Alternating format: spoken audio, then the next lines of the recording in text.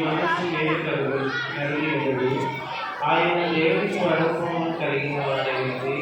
దేవునితో సమానంగా ఉండుట విడిచిపెట్టకూడని భాగాన్ని ఎంచుకోలేదు కానీ మనుషుల కోరిక కాబట్టి దాసుని స్వరూపము ధరించుకొని తన తానే రీతిగా చేసుకొని మరియు ఆయన ఆకారమును మనుషులుగా మరణము పొందినంతగా శిలువ మరణం పొందినంతగా విధేయత చూపిన వారే తను తాను ధరించుకొని అందుచేతను పరలోకమందున్న వారిలో కానీ భూమి మీద ఉన్న వారిలో కానీ భూమి కింద ఉన్న వారిలో కానీ ప్రతి వాణి మోకాలను ఉన్నట్టును ప్రతి వాణి నాలుగైదు తండ్రి అయిన దేవుని మాటగా యేసుక్రీస్తు ప్రభువును ప్రకటించినట్టు దేవుడు ఆయన అధికంగా రక్షించి ప్రతి నామమునకు పరిణామమును ఆయనకు అనుగ్రహించిన దేవుడు తన పరిశుద్ధ వాక్యాన్ని దీవించుకున్నాడు.